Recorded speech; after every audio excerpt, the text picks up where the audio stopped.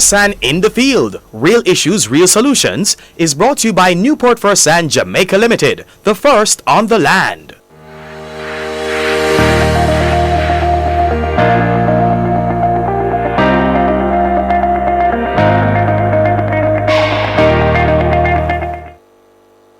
It is now time for Fersan in the Field, real issues, real solutions. And this morning, our topic of focus is the booster line of fertilizers. Joining us is Melvin Henry, Technical Manager. Melvin, good morning and welcome. Welcome back to the show. How are you?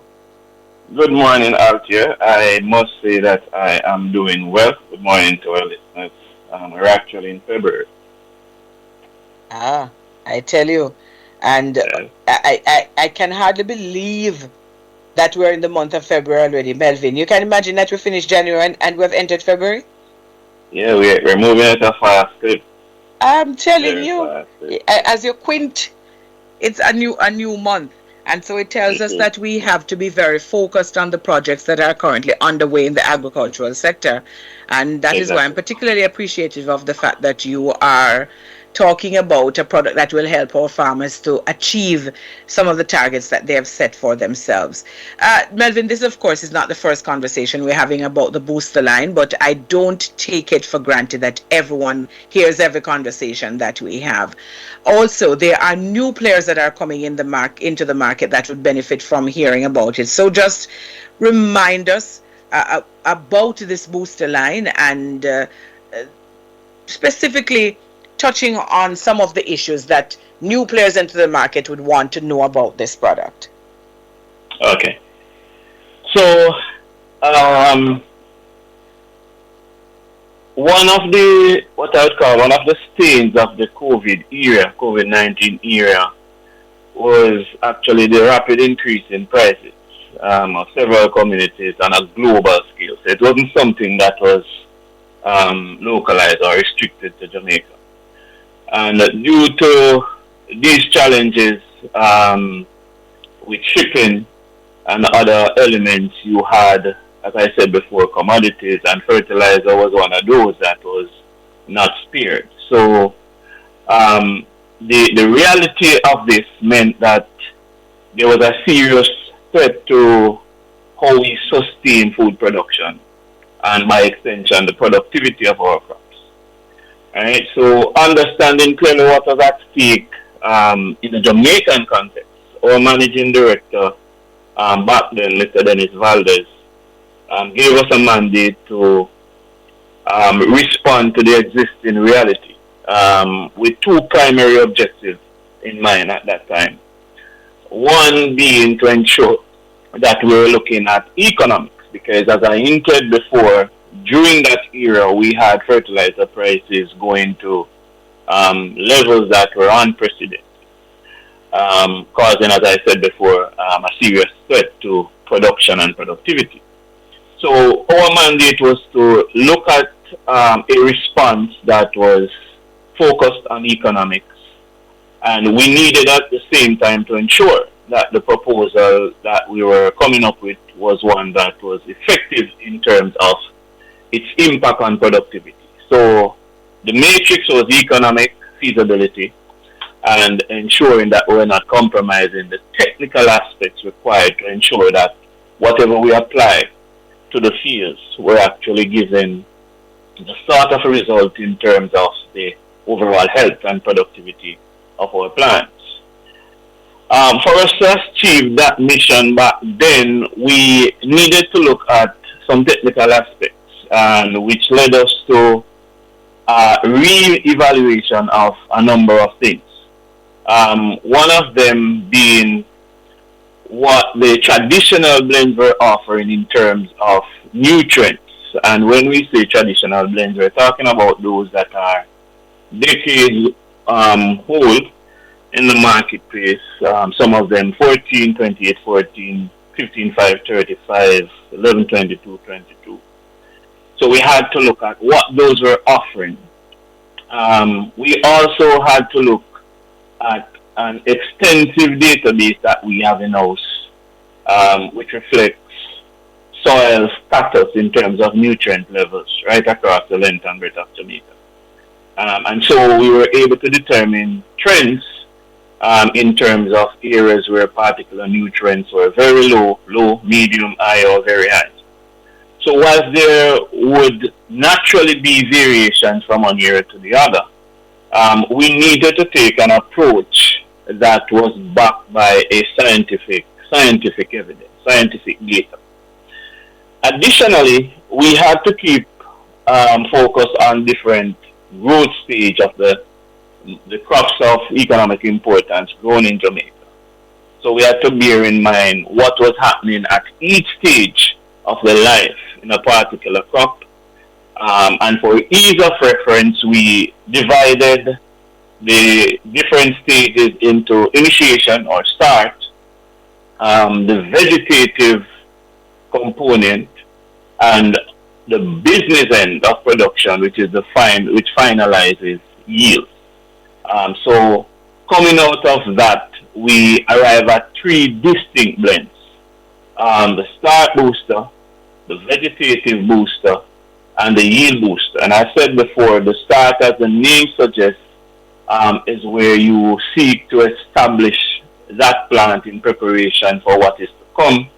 The vegetative stage, being the second stage or phase, is the one where you're now focusing on putting on, let's say, the body of the plant. So you want branches, you want leaves in preparation for production. And the yield booster, which was designed to cater for the, as we call it, the back end, the productive phase, to ensure that the quality aspects in terms of size, shape, color of our produce was well taken care of. So we talk about the start, the vegetative, and the yield. The word booster was added to the end of each blend, really to indicate the objective that we had in mind of each product. So to boost is to improve or increase. Hence the appropriate use of the term booster at the end of each blend, because we had two primary objectives. One, to improve the offerings, product offerings, blend offerings to our farmers. And secondly, and very important, is to increase yields in the field. So that's why the booster was added to the end of each blend. Together, referred to as the booster line of products. So 3 products, the booster line. And as you rightly mentioned, we try to ensure that these blends would have responded well to the existing situations, and we ensured that farmers who were doing applying dry blends at the granular versions, and those who were doing fertigation, applying fertilizer along with irrigation water, had access to what we refer to as the water-soluble options. So when you look at the 3 blends and compare them to the traditional blends, as I mentioned, 14, 11, 15, one of the glaring things that we'll see is that a lot of the essential nutrients, such as calcium, magnesium, iron, zinc, boron, just to name a few, are included within the booster line, and they are absent from the traditional blends. So the traditional ones, based on their setup, depending on where they were being utilized, oftentimes because the missing component of these elements were actually resulting in lower than the desired levels of performance. So we need to ensure that we had a balance. So the question is, was the initial objective or mandate that we were given met? Yes, in the sense that, one, the booster line, the 3 formulations which were designed were at many instances back then found to be 15% more economical than the traditional blends. So responding to the crisis, that was significant. In addition to that, the booster line, as mentioned just now, contains other nutrients missing from the traditional blends, which were predominantly low and causing a strong role on crop performance. So the 2 primary objectives were met: economics and ensuring that the soundness in terms of the principles of crop growth were actually looked at and attained. So, in a nutshell, that was pretty much the genesis of what led to the creation of the booster line a couple of years back. You mentioned essential elements. What are some of these essential elements, and how much of an impact does the absence of these essential elements have on overall productivity of our crops? Because it is important for our, and here I always emphasize this, Melvin, there are people who have been in the business for many years and they would understand some of these issues, but there are people who have been in the business for years and don't understand these issues. And very importantly, there are people who are coming into the business who need to understand these issues. So can you just quickly just touch on some of those essential elements for us and how much of an impact the absence can have on the overall productivity, which is what we're pushing for, productivity? Okay. So I will proceed to look at one nutrient from two different categories of nutrients. So Sure. there is a set of nutrients required by the plants that are referred to as secondary nutrients, and they are namely sulfur, calcium, and magnesium. Now, if you look at the guaranteed analysis for a 14-28-14 or 11-22-22 or 15-5-35, you will not see a number that is indicative or indicating that there is, let's say for this conversation, magnesium is within the blend. What that means is that if you're cultivating, if you're growing your crops in an area where the reserves or the magnesium levels within the soil are lower than the desired, what will happen is that you'll have what we call deficiency symptoms appearing. Firstly, well, I shouldn't say firstly because visually, firstly, on your leaves. Oftentimes, I normally take the opportunity to remind our farmers that there are some things happening in terms of defects to our root system, but we're not afforded the privilege to see. But once you're seeing something above ground on the shoot system that is contrary to the norm or the ideal situation, then you can always extend your mind to imagine that in like manner something is going wrong. In more cases than not, with your root system.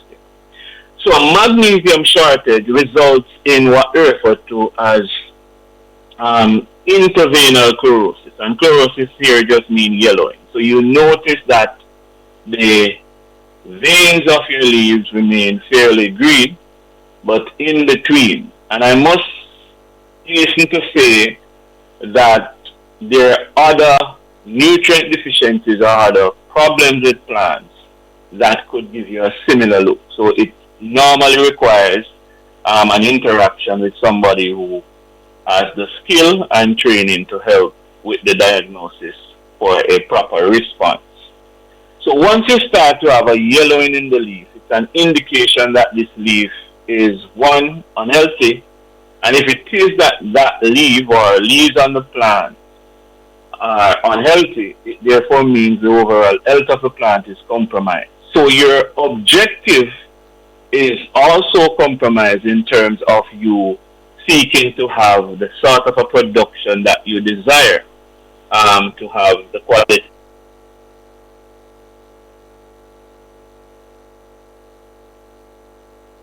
And have we lost Melvin? Think we have lost him. Do apologize for that. We'll get him back, but we have to take the break anyway. I was just allowing him to complete his thoughts. So we'll pick up on that with him when we come back from the break. And we'll also have with us farmers Paul Lewis and Quinton Morgan to tell us about their experience using the booster line. Miss Betty, early blight take over my tomato. And me pepper full of powdery mildew. What me I go do? Clear way? Oh, you are telling me fi clear way. You think me and your friend? No mask Kelso. May I tell you for use Clearway from Newport-Fersan, Jamaica. It is a contact and systemic fungicide with protective and curative actions against a wide range of fungal diseases such as anthracnose and early blight in tomato, purple blotch in onion, late blight in potato, leaf spot in peanut, powdery mildew in pepper, and much more. Thanks, Miss Betty. You're really my friend. You're coming Newport-Fersan rep right now. Can't forget that name there. Clearway. Clearway. Farmers, get your supply today. Another premium product from Newport-Fersan, Jamaica Limited.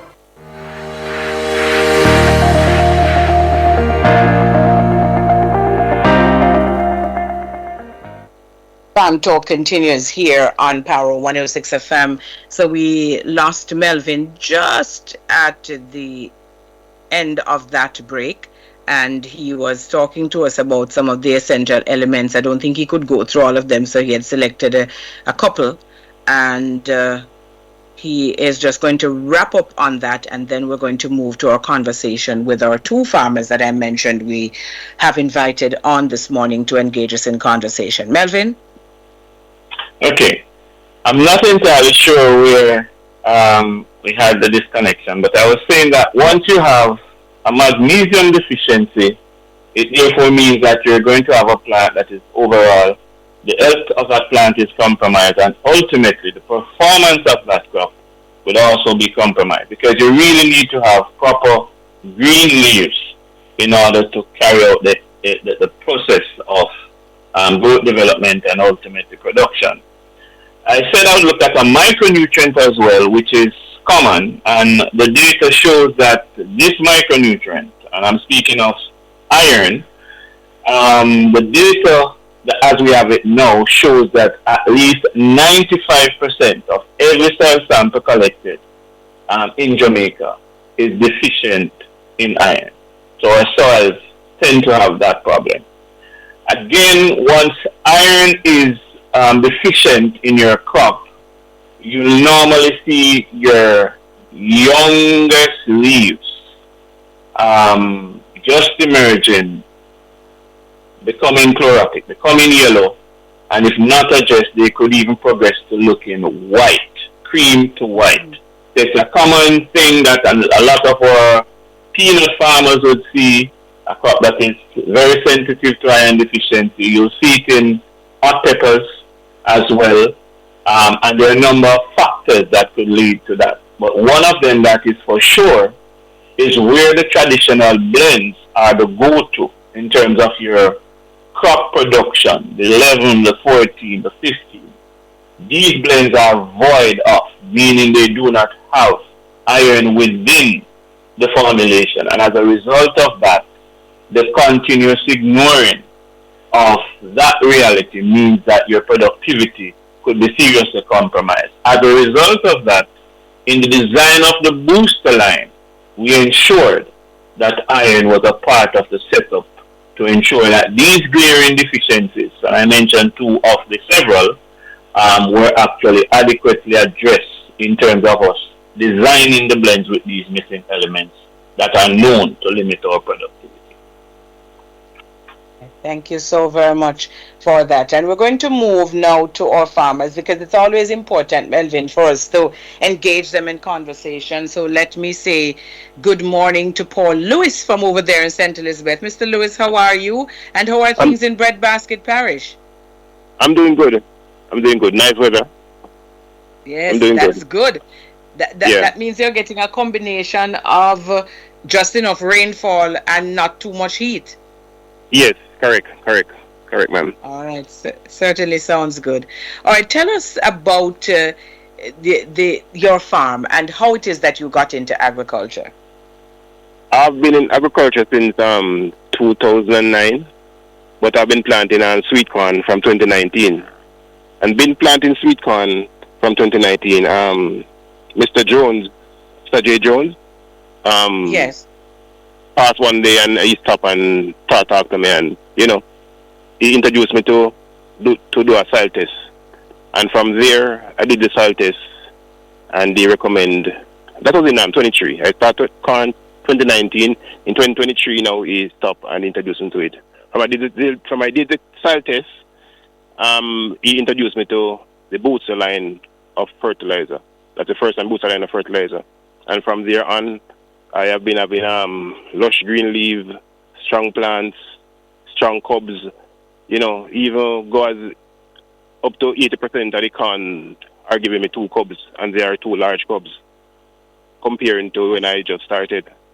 So That's using the extraordinary. booster line, it's really, really effective. What differences, if any, have you noticed in terms of using the traditional blends and using the booster line? Yeah, the traditional blend, it don't give me this lush green, and it don't give me the quality cobs that I needed. As I said before, I target 80% or more of my corn giving me 2 cobs. When I used to use the traditional blend, about 3 years more single cobs. Now and then you get 1.5 cobs. Yeah, but the booster line, yeah, it's really good. It's really good. Excellent. Yeah, And does that mean that you have also been recommending it to other farmers, Mr. Lewis? Yes, I would, because it even cut back on cost by far. Okay. Yeah, man, by far. Because the traditional blend, I used to have to fertilize 3 times for the crop, and now the booster line, yeah, I just fertilize 2 times. Yeah, and I get more yield. Spend less, get more. And the corn is your main crop. Do you have other crops as well? Yes, I do greenhouse sweet peppers as well, and I do cabbage. Yeah, and lettuce. But the corn, you know, is the one I really mostly focus on now, the sweet corn. All right. Excellent. And Yeah. I do hope that after the year that you all had over there in 2024, that this year will be an outstanding year for you all. Thank you so very much for sharing with us this morning, Mr. Lewis. Yeah, thank you to man for on the program. All right, take care, and I look forward to more conversation with you. I'll reach out to you otherwise to get Okay, more yeah, bye-bye. conversation in. All right, thanks much. Melvin, is that typical of the kind of results that we will get from our farmers when they use this line? It is, Althea, and as Sir Lewis rightly mentioned, one of the differences, obvious differences, or the first one that you'll notice is that elements of deficiencies are eliminated. And it's all because of what I said earlier. There are some elements, nutrient elements, that are required by the plant that the traditional formulation does not supply. And as a result of that, because of their inclusion in the booster line of fertilizers, you will notice that you have plants that are healthier. If the plants are healthier, then it therefore means that that will most oftentimes and not translate to you having a better yield. So I think that is the experience of Sir Lewis, exactly because of the modification that we did producing this new line.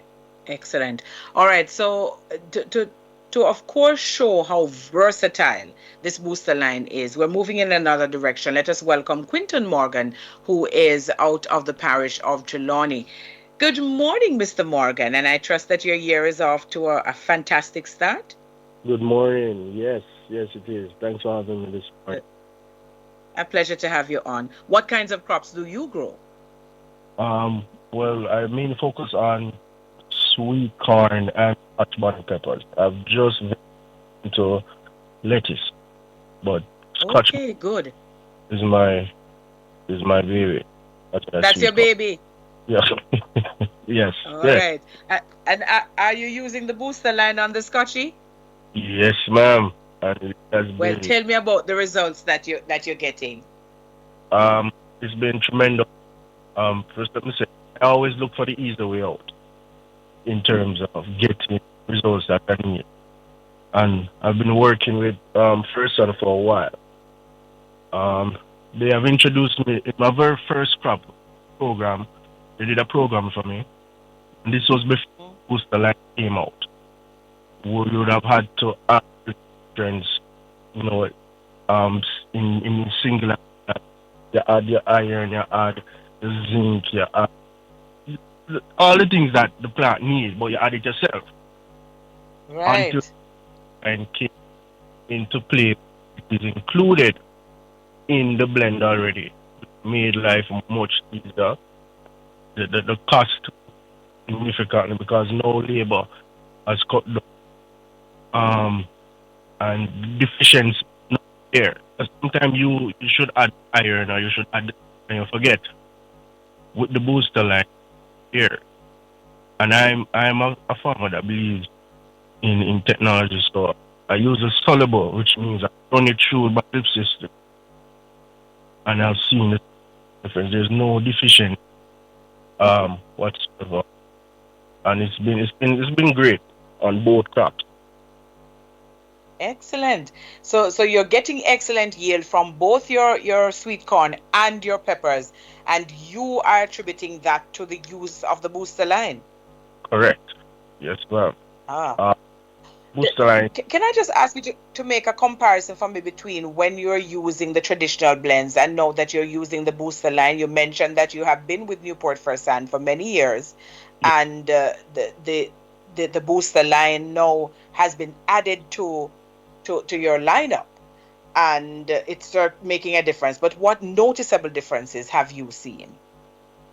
In terms of the foliage, because if we're being specific, if peppers would show deficient in any person, it would show, and so using the tradition, and you apply that manually, you would get results, but the desired result was not necessarily there. You have to add other things to it,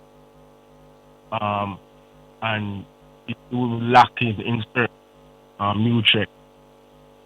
With the booster line now, you don't have to worry, because if you're in vegetative state, for example, where the plant needs to produce, the branches, leaves, it shows that it is in vegetative state to an extent. You're careful because you don't want stress much. The booster line. It certainly sounds. It sounds to me, Mr. Morgan, that this product has allowed you to cut down on your stress as well. So more money in your pocket and less stress, because you're getting the kinds of results that will ensure that you continue to do well. Thank you so very much for sharing with us, and I look forward to more conversation with you. It's a pleasure. All right, take care. Quinton Morgan there. We're on the break. We're going to clear that, and then when we come back, we're going to round out our conversation with Melvin Henry. You're listening to Power 106 FM. The time is now 6:45. Fersan in the field. And the 46th staging will be held at the G.C. Foster College of Physical Education and Sport, Angel Spanish Down, this Saturday, February 8. Over the years, the meet has attracted some of Jamaica's top young athletes, coaches, and track and field scouts. And pundits have used the relays to determine the likely top performers in the Western Championships and Boys and Girls Championships. Join Power 106 FM as we bring you a live broadcast from the Western Relays this Saturday, February 8 from noon to 3 p.m. This broadcast is brought to you by Mobile Welding and Engineering Works, Lock Safe and Vault Limited, Paper and Things, Bogue Village Supermarket, UCAL's Car Rental and Taxi Service, Penton's Auto Parts and Accessories, and Juicy Patches Montego Bay. That's a live broadcast from the 46th staging of the Western Relays this Saturday, February 8 at the G.C. Foster College of Physical Education and Sport, Angel Spanish Down from noon to 3 p.m. right here on Power 106 FM.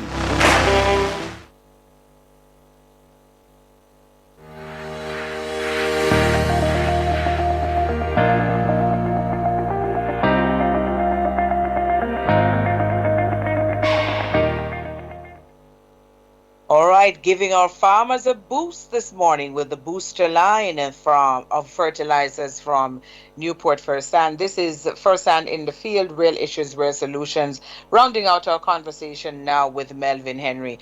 Well, Melvin, both these farmers very excited about what it is that this booster line has done for them, and clearly you've been leading the process of change. Seems to account for what has been happening with Lewis and Morgan and others like them.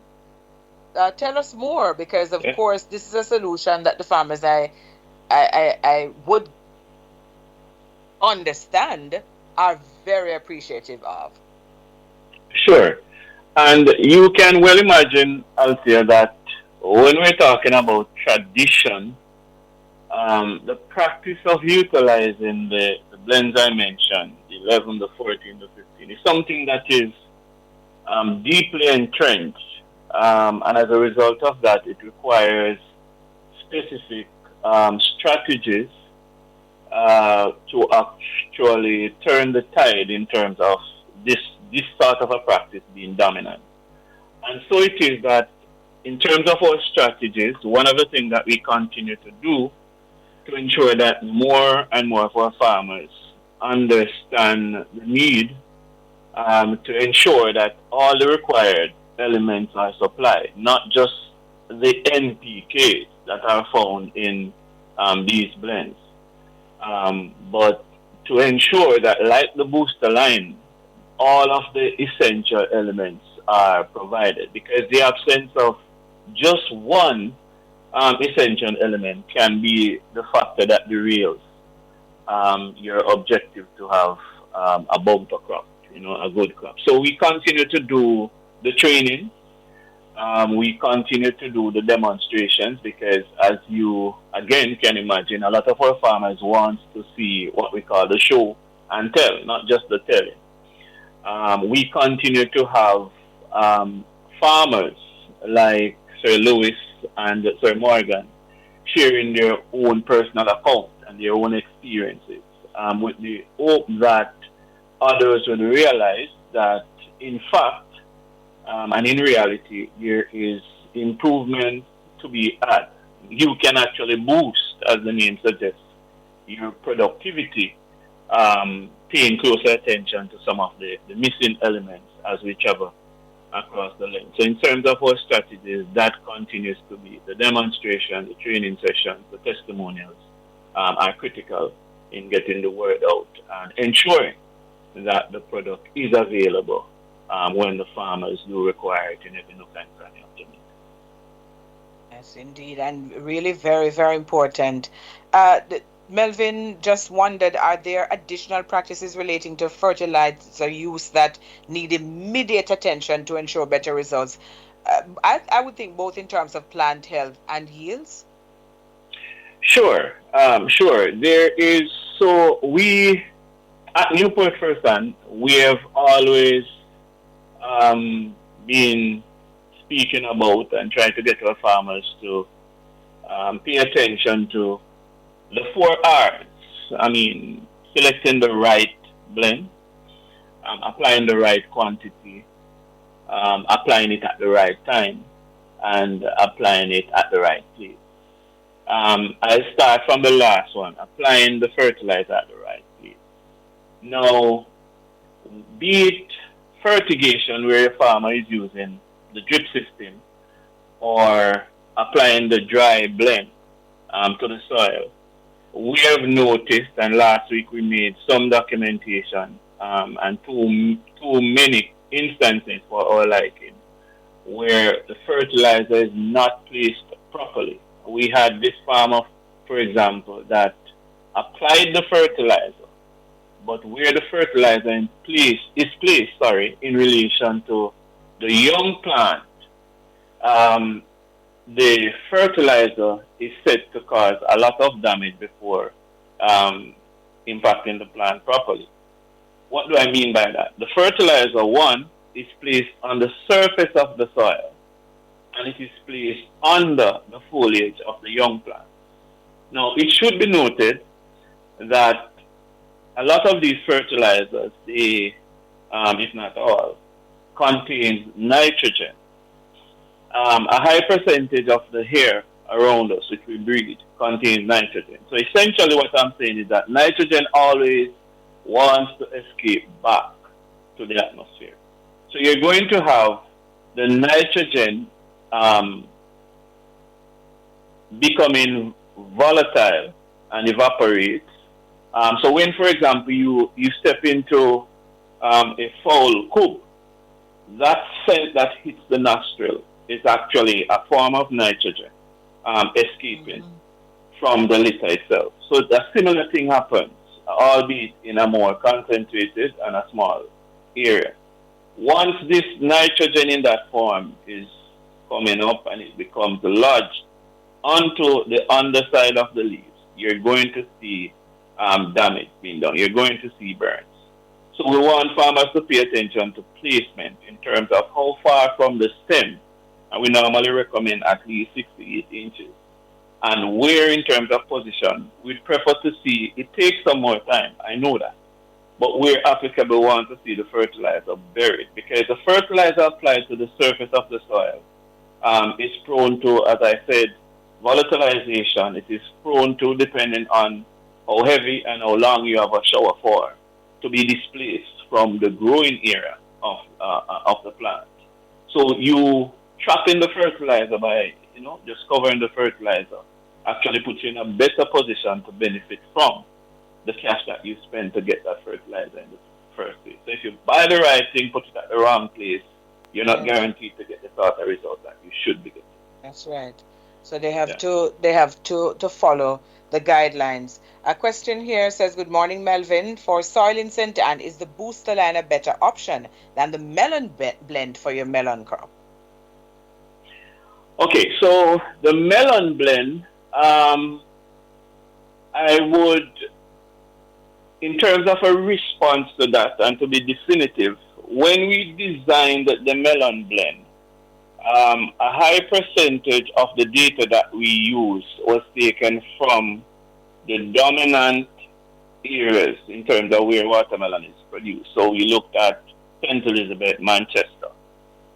Notwithstanding, there are areas, for example, in Trelawney, that based on the data that we have, we found out that the blend was actually applicable and could be used and give a good result. So what I would want to do in response is to make contact with the farmer, asking the question, and what we can do is based on where that person is and other known factors, we can actually narrow down to determine whether or not the melon blend at this stage versus the